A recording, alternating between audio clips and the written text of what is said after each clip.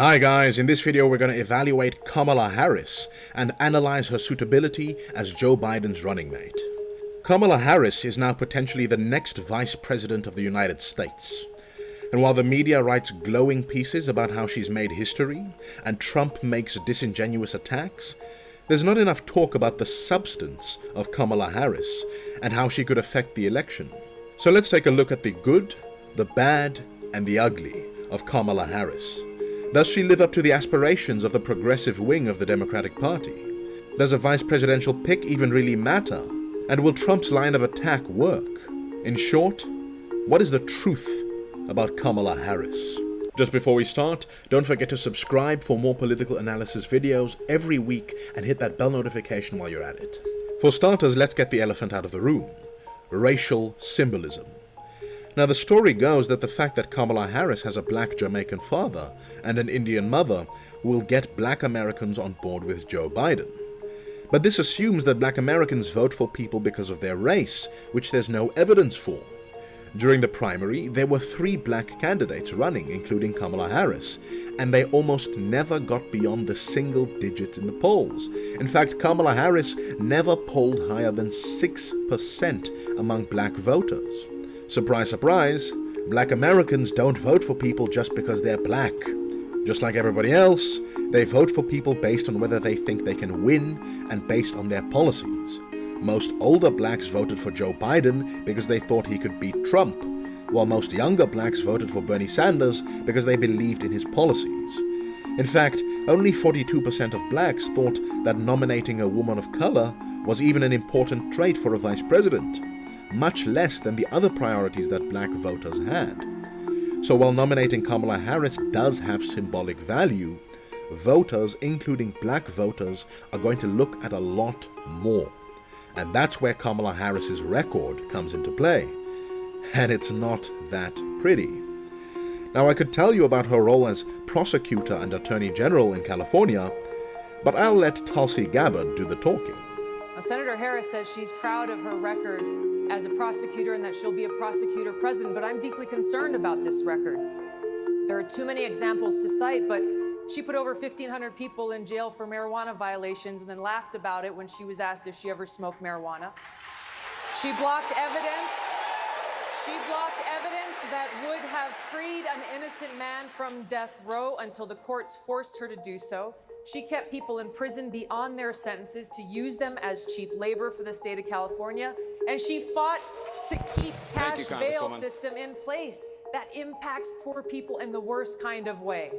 And it's not just that. She was against compulsory body cameras to keep police accountable, and she was hesitant to prosecute police for shootings of minorities. And when running for the Senate in 2016, it was her Republican opponent who was for marijuana legalization, while she was not, even when in that same election, California voters voted by 57% for legalizing marijuana. Now keep in mind that non-violent drug arrests for marijuana are a big part of the reason why the US has more people in prison than any other country. People are getting arrested for victimless crimes, and minorities disproportionately so. Despite the fact that blacks and whites smoke marijuana at the same rate, blacks are 4 times more likely to be arrested for possession. Kamala Harris was instrumental in this. Now, to be fair, she has changed her position since then, but it still speaks volumes that she opposed it even at a time when marijuana legalization was getting popular. And it's not just on criminal justice issues that she has a poor record. She failed to prosecute Steve Mnuchin's bank for foreclosure fraud during the financial crisis. Steve Mnuchin is now Trump's Treasury Secretary or Minister of Finance, setting America's fiscal policy. It's even funnier when you consider that Steve Mnuchin donated to her Senate campaign. What's even more ironic is that Trump donated to her campaign for Attorney General back in 2011. This just goes to show that in the halls of power, they're all in it together. So it's not surprising then that Wall Street has indicated how comfortable they are with her as vice president, and prison stocks went up after she was selected as Biden's running mate. Then, As senator, she voted against Bernie Sanders' amendment to cut military spending by 10%, even at a time when Americans are sick and tired of endless war and military intervention. In a moment of rising anger against racial injustice in the criminal justice system, she represents that system. What Kamala Harris demonstrates is that putting a black face on an unjust and discriminatory system doesn't change shit. Now, in all fairness, she's definitely more progressive than Joe Biden and supports a $2,000 monthly stimulus check during the pandemic and a Green New Deal. And while her healthcare plan was certainly not Medicare for all, it was well to the left of Biden's healthcare proposal. Okay, so her record may not appeal much to progressives, but progressives are not the majority of the country. So what's her viability as a running mate, and can she appeal to moderates? So far, Kamala Harris has been quite appealing to the general electorate. Kamala is the only one who polls net favorably compared to Biden, Trump, and Pence. Kamala polls positive 37% favorable to 32% unfavorable among registered voters, while the other three all have net negative favorability. In fact, as far as potential vice presidential picks go, she had the highest net favorability of any other vice presidential candidate at 61% to 22%, and her favorability went up, not down, after her selection as running mate.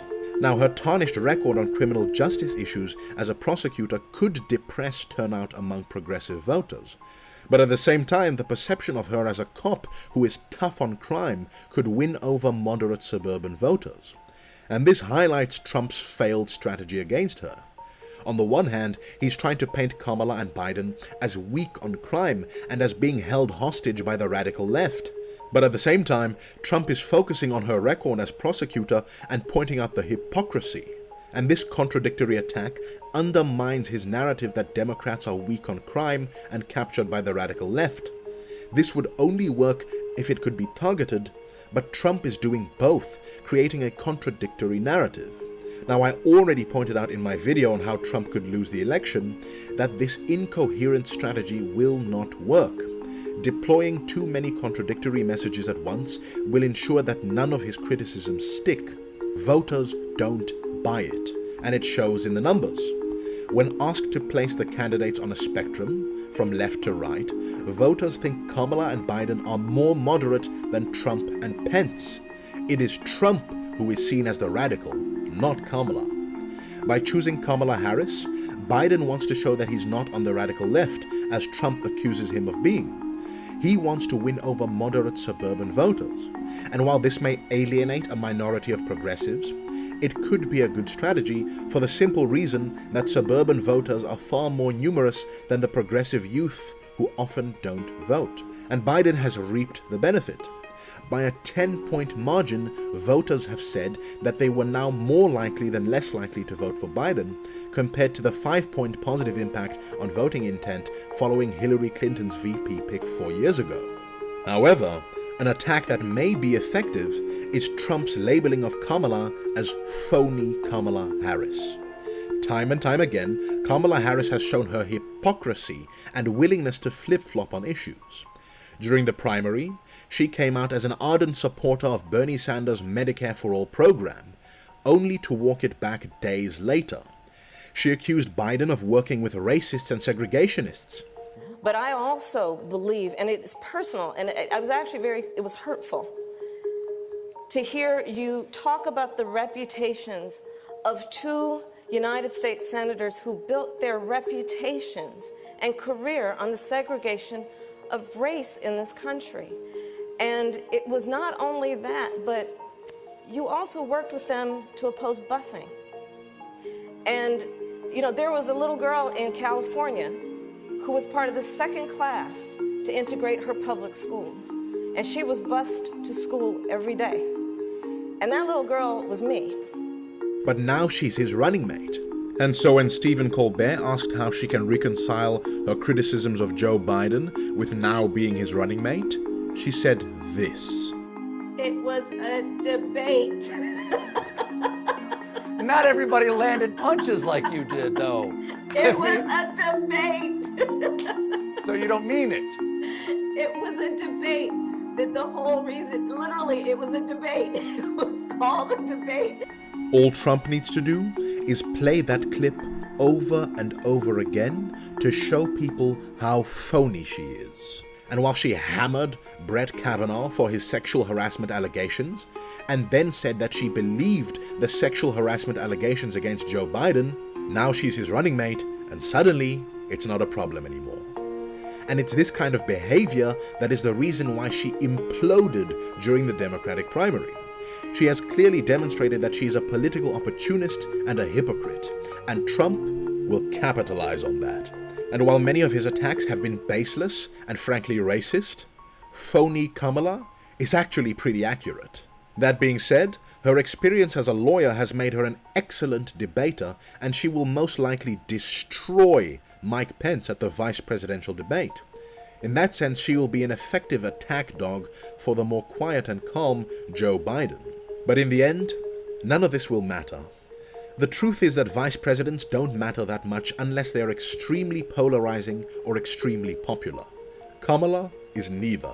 In fact, it didn't really matter which running mate Joe Biden chose. Out of all the options, he led Trump by about 6 points with every single possible vice presidential pick. Voters don't care.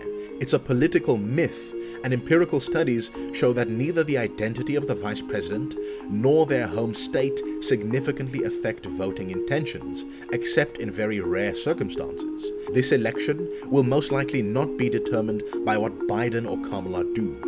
The majority of Biden support, 56%, depends on people who only vote for him because they hate Trump.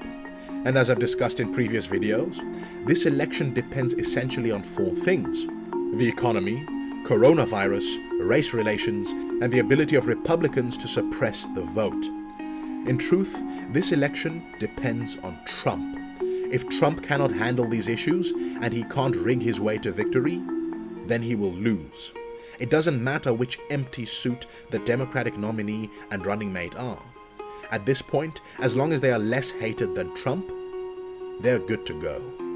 Kamala is no progressive. But much like Joe Biden, she is an opportunistic political operator. This is a good and a bad thing. It's bad because she has no strong commitment to the progressive principles that progressives want. But it could be good because she will respond to pressure and go wherever she senses the political winds are headed. If those winds are going left, she will follow. We see this in things like the fact that Joe Biden now supports the most progressive climate policy in history. These are real gains for the left, and did not happen because of a change in heart, but because of pressure by left-wing activists and the Sanders movement. What all this demonstrates is that while Joe Biden has the advantage, the election is definitely still in play. Don't be complacent. It also shows that representation means nothing if it is not accompanied by policy. If you want to know about the tactics that Trump could use to rig the election, check out this video. Thank you to my Patreons for making this video possible. Like, share, and subscribe, because this was my take.